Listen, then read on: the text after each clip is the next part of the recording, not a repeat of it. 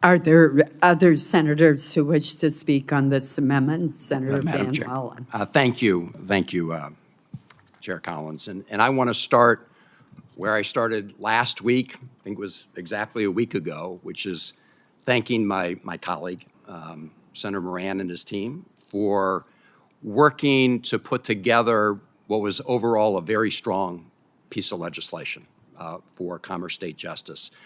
It didn't have all the resources we wanted to be able to work with, but I think with what we were allocated, we chose wisely. And again, I want to thank you for that effort. But I have to say, having just sat through the conversation before the break about what this committee can do to uphold bipartisanship, this is the opposite. Because what happened was a bipartisan amendment that was adopted is now being proposed to be stripped out in what I agree with Senator Moran and all our checking is an unprecedented way. And I want to underscore the fact that my original amendment with respect to the funds that had been set aside to build the FBI at a site that was selected was not just about Maryland and Van Hollen. This was actually a bipartisan process over many years. And what happened was the Trump administration came in and they proposed a de facto rescission of the funds. This is exactly what we were talking about last night in a different form, because those monies had been set aside for the purpose, not of going to Maryland, but of going to the site that was selected through a nonpartisan process of experts that would meet the security requirements of the men and women of the FBI and the mission requirements of the FBI. This has been a long bipartisan process.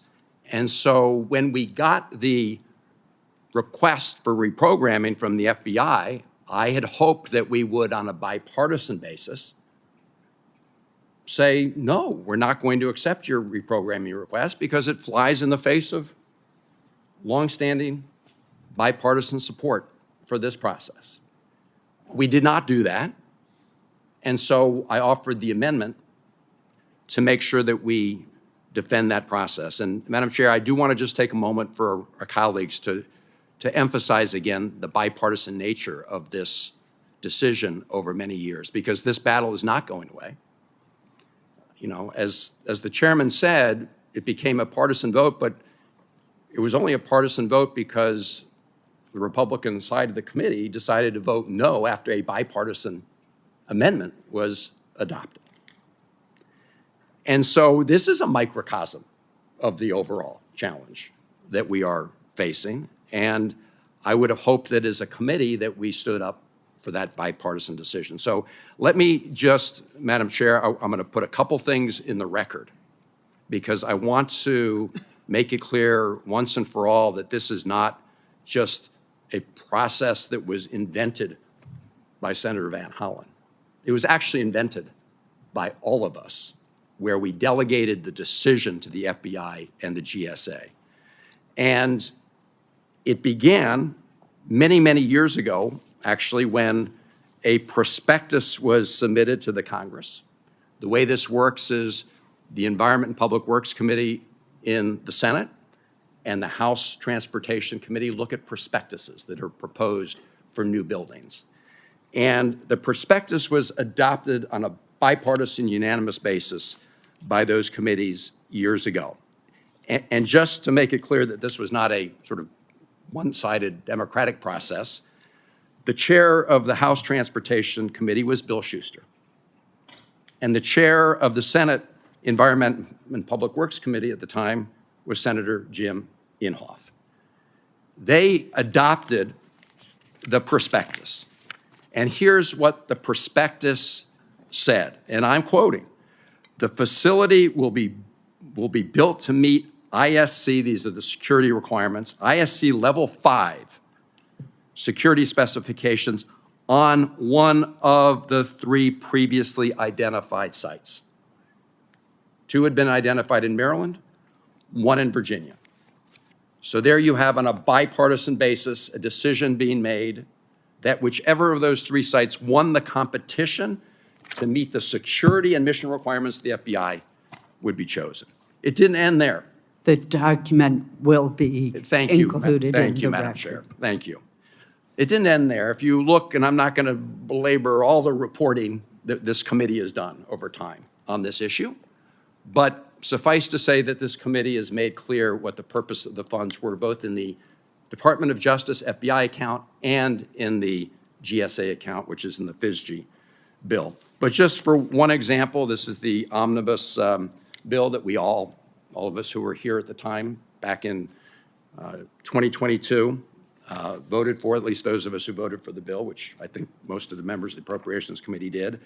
It says this: the administrator of the General Services Administration shall select a site from one of the 3 listed in the General Services Administration's fiscal year 2017 prospectus, which I just read from, for a new facility, Consolidated Federal Bureau of Investigation's headquarters. Such decision shall be made in an expeditious manner as possible. So, again, the authorizing committees on a bipartisan basis set up this process to pick from one of 3 sites, because all 3 sites were determined that time to meet the security requirements, but they wanted to pick the best one. And we ratified that. And I would ask that this be submitted for the record, Madam Chair. Without objection. And I would ask, Madam Chair, that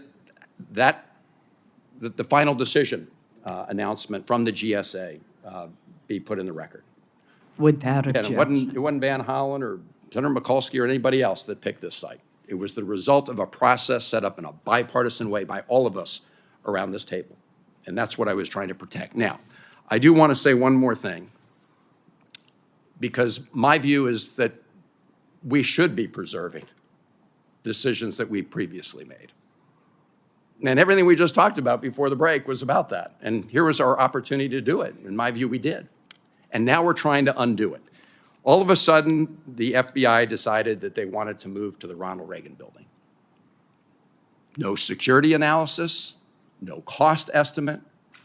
And I would just remind my colleagues that when President Trump came into office last time, he also did not want to move to one of these 3 sites. He wanted to keep the FBI building in its current location. And they came down and provided a 2-pager, which we haven't even gotten a 2-pager yet, to my knowledge, but they came down here and they said, this is going to meet all the requirements. It's going to meet the security requirements, and it's going to meet the mission requirements. Well, that's what they say now. At least they've said that to some people. They've informed staff that they have just done a walkthrough and they haven't determined what the security situation is. That's something to come, even though they're considering putting people in the building before they do that. But colleagues, I do just want to say that when the first Trump administration proposed to essentially renovate the existing Hoover building for the FBI headquarters and made these representations that it was going to be just fine, that there were 2 Inspector General reports issued. One was the Inspector General of the Department of Justice. And they found, and I encourage my colleagues to read it carefully, that in fact, the proposal did not meet the level 5 security requirements that had been established on a bipartisan basis. That was what the Inspector General of the Justice Department concluded with respect to that earlier proposal. And I ask unanimous consent that this Inspector General's document be put in the record. Without objection. And it wasn't just the DOJ Inspector General. It was also the Inspector General of GSA. They reached similar conclusions about the earlier Trump administration's proposal to keep the headquarters where it was and determined that representations that had been made that it would meet the security requirements were just unfounded. And I ask unanimous consent that this Inspector General's report be put in the record. Without objection.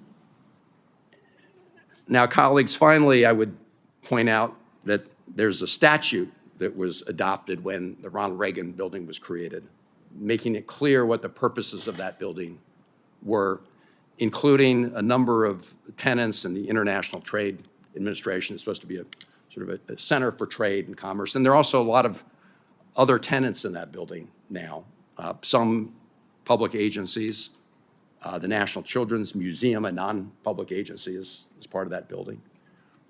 We've seen no plan as to what's supposed to happen to all those tenants in the building. So we have to be real that this was something that thought has not really been put into it. We have a selected site that was based on competition, based on an analysis of security requirements, based on analysis of FBI admission requirements. It took way too long, I'll acknowledge that.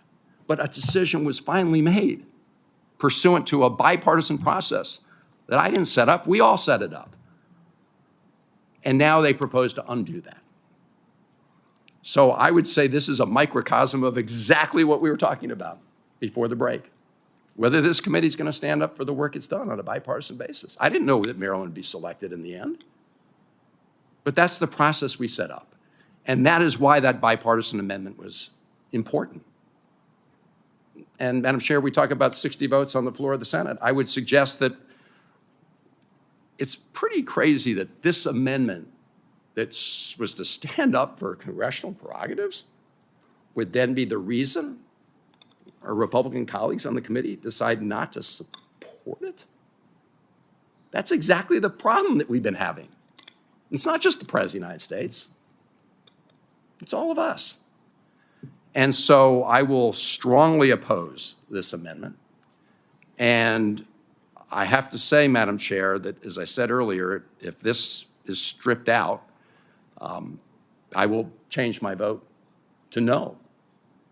And again, not just because of this, it's Maryland. I mean, this goes to the heart of everything we've been talking about here. Reversing a decision and process that we made over many years. So I appreciate my colleagues listening to me about this.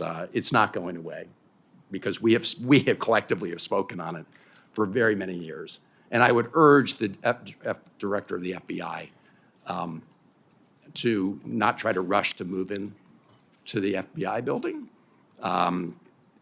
First of all, because they haven't done the security analysis. They're going to need this committee for additional resources going forward. The resources that we put aside over many years were a down payment. And in my view, this has been an abuse of process. And so it's going to be hard to envision sustaining support for a decision that undid what we did over so many years and resulted in a competition, a choice in a competition. None of us knew what the result would be, but it was made. We set up the process, and now we're not sticking with it. So, Madam Chair and colleagues, I urge you to vote against the motion to strike, and if it carries, I hope we will vote against final passage, as much as that pains me because of all the other good things that were in there. But I can't understand why a bipartisan amendment standing up for what we've done on a bipartisan basis over the years would cause our colleagues to flip on the other side. It's the root of the problem that we're dealing with. Are